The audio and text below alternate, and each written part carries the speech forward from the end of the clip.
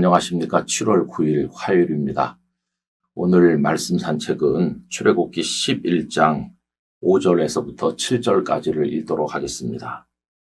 애굽 땅에 있는 모든 처음 난 것은 왕 위에 앉아있는 바로의 장자로부터 맷돌 뒤에 있는 몸종의 장자와 모든 가축의 처음 난 것까지 죽으리니 애굽 온 땅에 전무후무한 큰 부르짖음이 있으리라.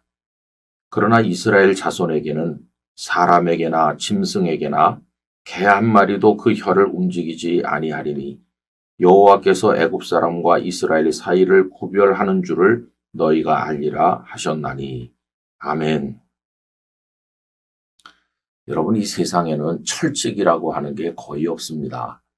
엄격한 법이어서 반드시 지켜야 된다고 말하는데도 예외가 있기도 하고 또 힘이나 여러 가지 관계를 동원해서 빠져나가는 사람들이 있습니다. 그 유명한 영화 타이타닉에 보면 배가 기울어 갈 때 구명보트를 바다에 내리게 되죠. 원래 구명보트는 연약한 여인들과 어린 아이만 타도록 되어 있는 겁니다.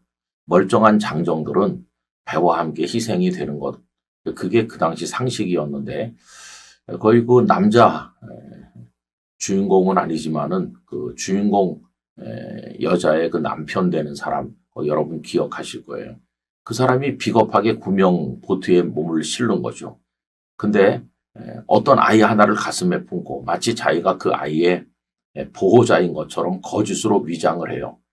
그리고는 그 배를 타는 거예요. 자기가 그 배를 탈 자격이 없는데 보트에 몸을 실는 거죠. 여러분, 이렇게 목숨을 건졌을 때 사람들은 뭐라고 말합니까? 운이 좋았어. 재수가 좋았어. 저 사람 머리가 잘 돌아가. 이런 식으로 얘기하고 이 세상은 그렇다 보니까 어떤 예외가 존재하는 거죠. 그러나 여러분, 하나님 앞에서는 이런 요행수나 재수가 좋아 이런 말 따위는 통하지 않아요. 하나님은 철저한 분이세요. 마지막에 하나님의 심판 앞에 서면은 그런 식으로 빠져나갈 수는 없는 겁니다. 애굽 땅에 내린 10가지 재앙 중에서 마지막 10번째 재앙은 맏아들 초태생을 치시는 무서운 재앙인데 이거는 하나님의 최후의 심판을 연상시키는 무서운 재앙이었어요. 여러분, 거기 두 가지 특징이 있습니다. 하나는 요행수가 없다는 거예요. 애굽 왕 바로는 애굽 전역을 다스리는 최고 통치자입니다. 그러나 바로도 그 재앙을 빠져나갈 수 없었어요. 바로의 큰아들도 죽은 겁니다. 힘 있는 신하들도 맏아들이 다 죽었어요. 예외가 없는 거죠. 일반 백성들과 똑같았어요.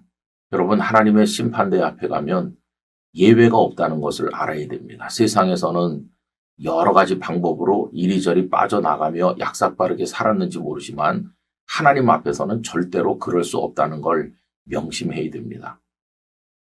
두 번째 특징은 엄격한 구분이 있다는 거예요. 초태생을 치는 무서운 재앙이 내리던 그 시간에 이스라엘 백성들에는 기쁨이 있었어요. 그들은 430년 살던 애굽을 벗어났잖아요. 이스라엘 가정에 그 누구도 죽지 않았어요.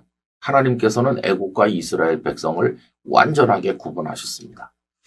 마태복음 25장에 슬기로운 처녀와 어리석은 처녀의 구별, 또 달란트를 남긴 종과 못 남긴 종의 구별, 양과 염소의 구분, 이런 것들이 얼마나 철저합니까?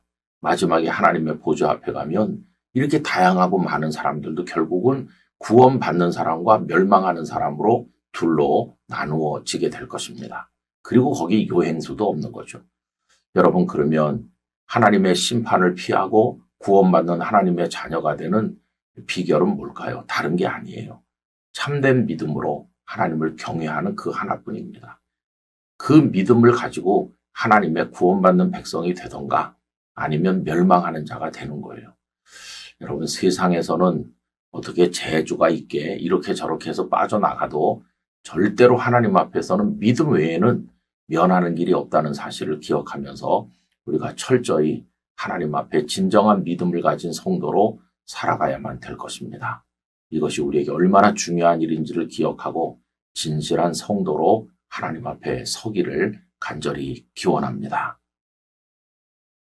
존귀하신 아버지 하나님, 세상에서는 재주가 좋은 사람, 소위 빽 있는 사람들은 이렇게 저렇게 빠져나가면서 살아갑니다. 운이 좋다고 말하기도 합니다. 그러나 하나님 앞에서는 그러한 요행수가 없음을 알게 하시고 믿음 있는 자와 없는 자로 나누실 때 하나님을 신실하게 경외하는 사람으로 구원에 이르는 저희들이 되도록 은혜를 베풀어 주옵소서. 예수님 이름으로 기도하옵나이다. 아멘.